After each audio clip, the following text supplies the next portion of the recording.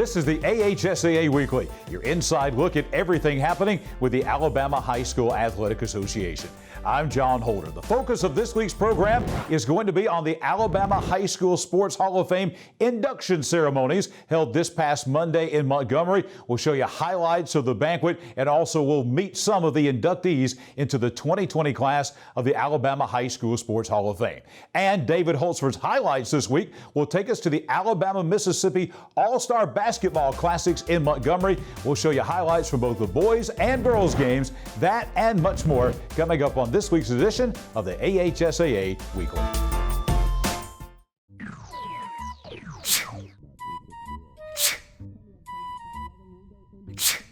Home making you sick? Moisture and unsafe air from your crawl space can infiltrate your home, causing health hazards and high utility bills. Ox Foundation Solutions can remedy any mold or mildew problem in your home. It's time to get strong. How strong? Ox Strong. Get a free estimate from Ox Foundations. We are back on the AHSAA Weekly. As promised, we're going to take you to Montgomery for the induction ceremonies in the class of 2020 of the Alabama High School Sports Hall of Fame. Leading off our highlights from the Hall of Fame banquet will be the opening comments from the Executive Director of the Alabama High School Athletic Association, Steve Savarese. We're so glad to be starting to get back to normal and to have you all here tonight. Thank you for your understanding of the pandemic.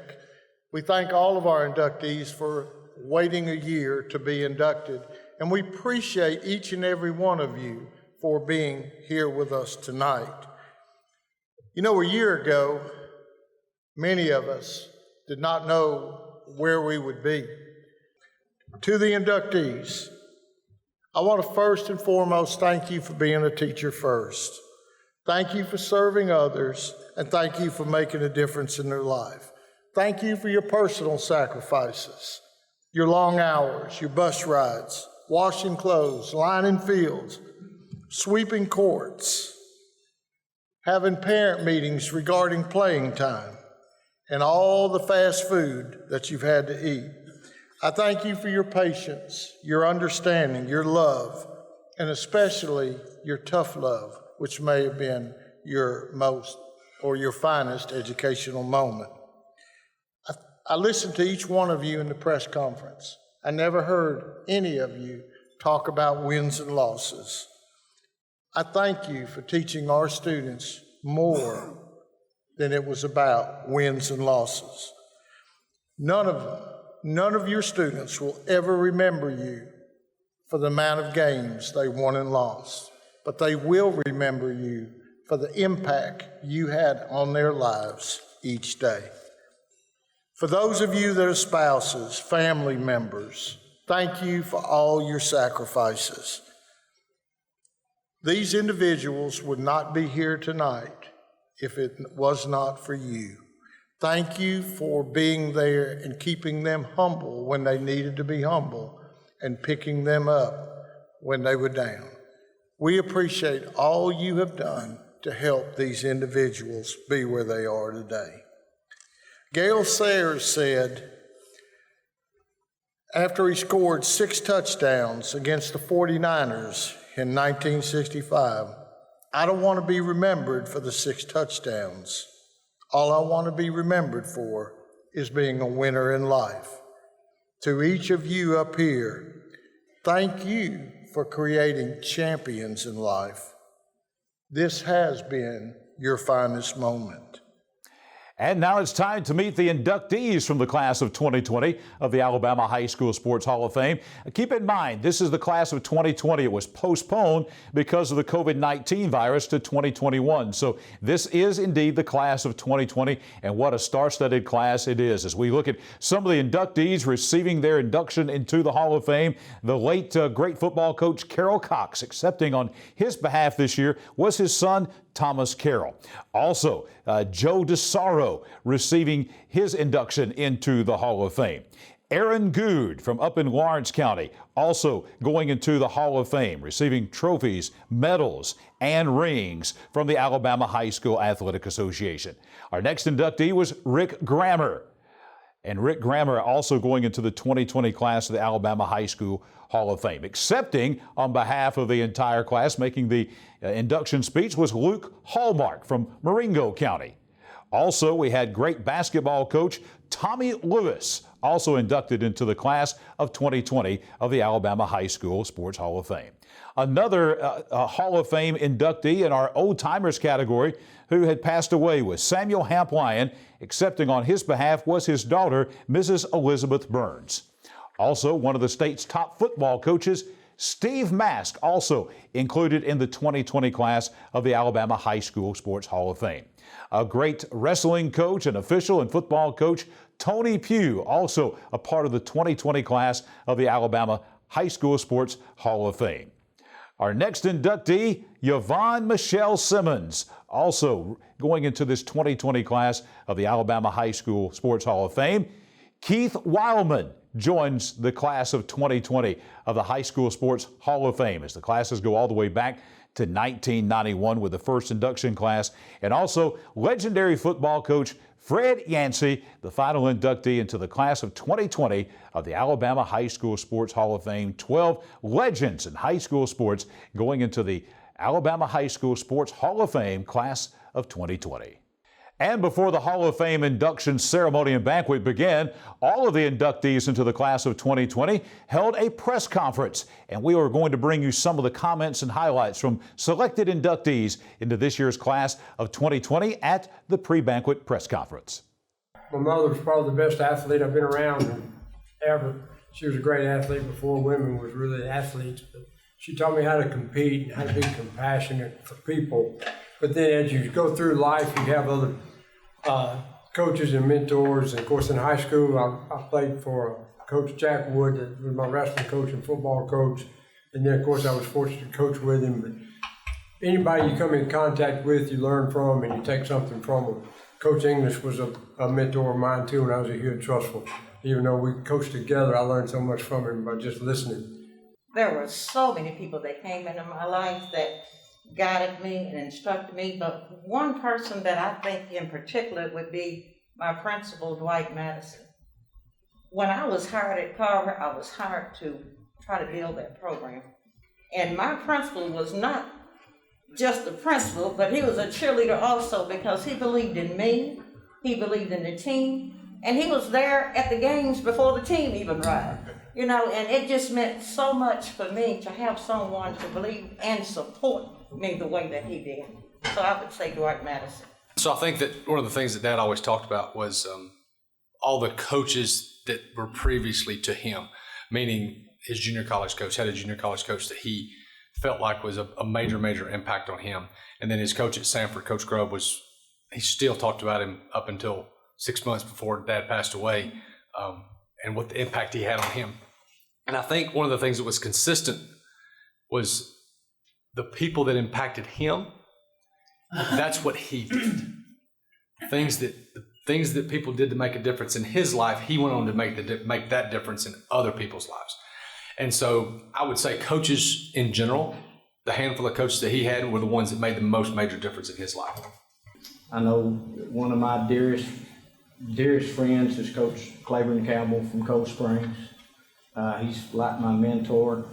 I may be a little bit different here. I've had the privilege of getting to have my wife serve as, sometimes I was her assistant coach, sometimes she was my assistant coach. So just the relationships with the kids. I know the last few days there's been several that's made comments on Facebook that just kind of touch me. You know, you never know. Some of them, you don't know if you ever make an impact on their life or not. But yeah, I miss the relationships. Very good. Well, I'm grateful that the Lord gave me direction that I wouldn't have had without Him.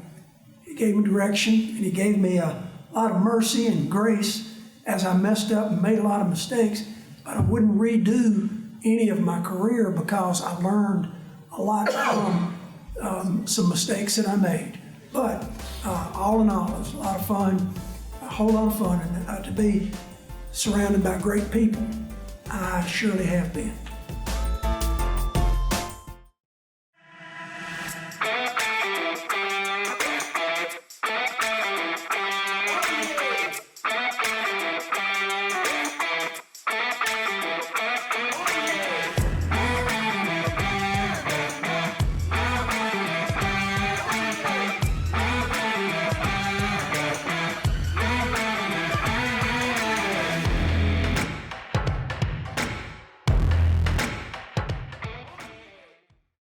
Back on the AHSAA Weekly and back talking about the class of 2020 of the Alabama High School Sports Hall of Fame. The induction ceremonies and banquet held this past Monday in the city of Montgomery. We're going to take you and show you some video highlights from the banquet itself and some of the inductees. Come out of Jackson High School in Jackson, Louisiana, and got a scholarship to a junior college in Mississippi. It's called Southwest Junior College. I played there, and then I went to Samford for the remainder of the 3 years I had left of eligibility. Coach Wayne Grubb was the head coach there. And Samford University changed my entire life. If I had not gone there and played ball and so forth, I would have ended up working in a paper mill. Not that there's anything wrong with that. My dad just didn't want me to do that. Spring of '73, I signed with the Cowboys. I didn't pass the physical because of an elbow operation. Then that's when I took the turn into coaching. And I got a job at Jess Lanier High School in Bessemer. I was the assistant coach at Jess Lanier for 6 years under Billy Andrews. He gave me my first coaching job, turned out to be my second coaching job in all the 37 years I coached. But Coach Andrews gave me a job there, and I coached the defense under him, and I became head coach at Jess Lanier. I was a head coach 21 years. I'm the daughter of Samuel Hamplin from Meridian, Mississippi. He would owe all of his career to the players, the sportsmen that he had, and the people of Alexander City who supported them both. My freshman year, my father sat me down in the living room on an ottoman, and he never whipped me. He always would say that by the time I made him mad enough to whip me, he was too mad to whip me, so I didn't know what was coming. So he sat me down there in the ottoman, and he said, I want you to know you will be embarking on the 4 hardest years of your life, socially. He said, no one will want to really be your bosom buddy because they think you're going to come home and tell me. No one will probably want to date you because no one wants to date the coach's daughter. So that was my induction. He told me up front because he had left Bossy High School in Evansville, Indiana, where he played under his brother, Henry Lyon. I remember waking up many mornings, and there would be a father and a young man sitting on our front porch talking. I didn't know reason why they were out there, but now I realize that he was counseling not only the child, the student, but the father. I have had several phone calls in the last 4 to 5 years of grown men that want to tell me about what my father has done for them, and the men he has made of them.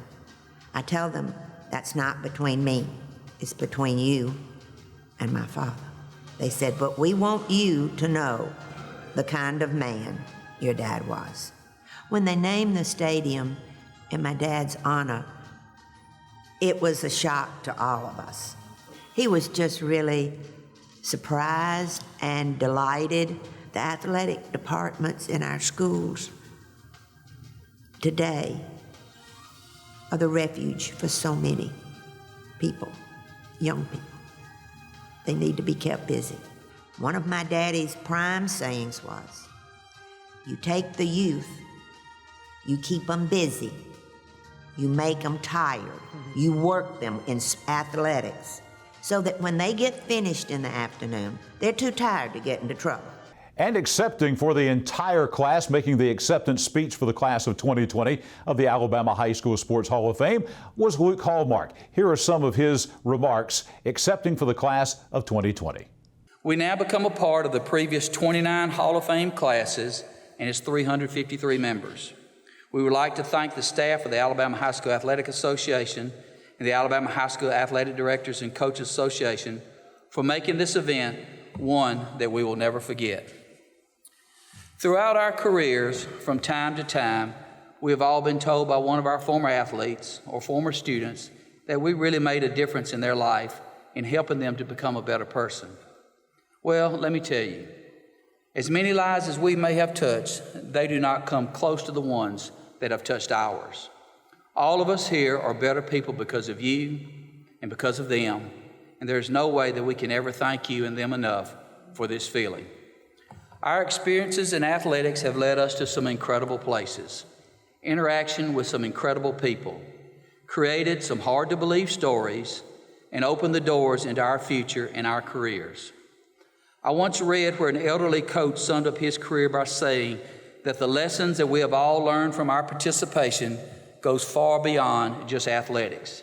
It has helped shape who we are, the friends we chose, the decision to go to college, and even the opportunity to give back. Each one of the inductees here tonight has their own unique experience. You have coaches here that have coached football, basketball, baseball, soccer, track, wrestling, and volleyball. You also have here administrators, officials, and an old-timer honoree. But no matter what time in life we lived in, or what place that we have been at, or what sporting opportunity we were involved in, we all agree that athletics has been a game changer in our life as it was meant for us.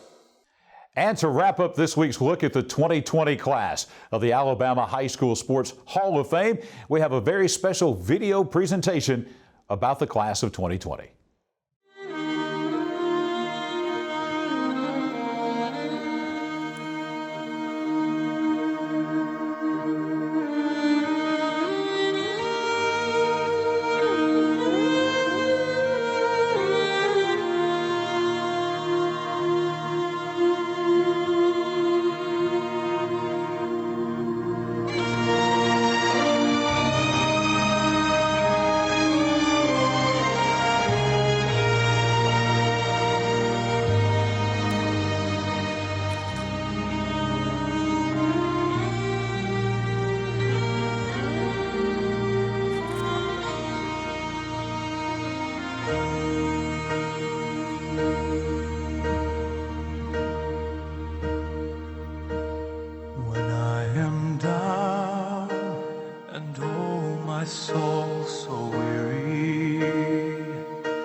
When troubles come and my heart burdened be, then I am still and wait here in the silence until you come and sit a while with me.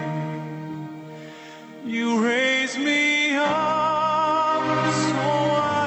stand on mountains.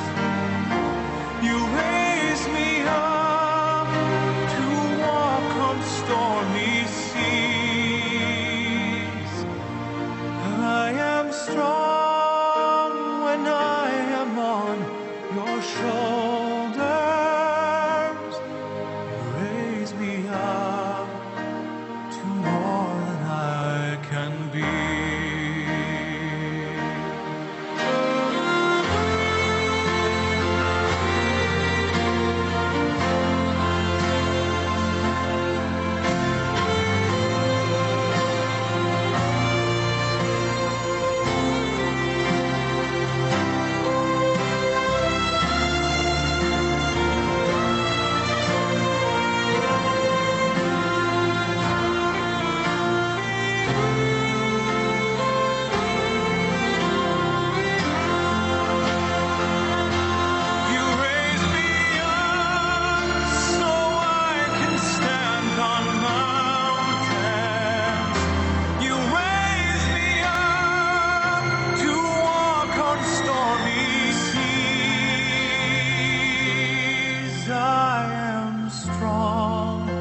When I am on your shoulders, you raise me up to more than I can be.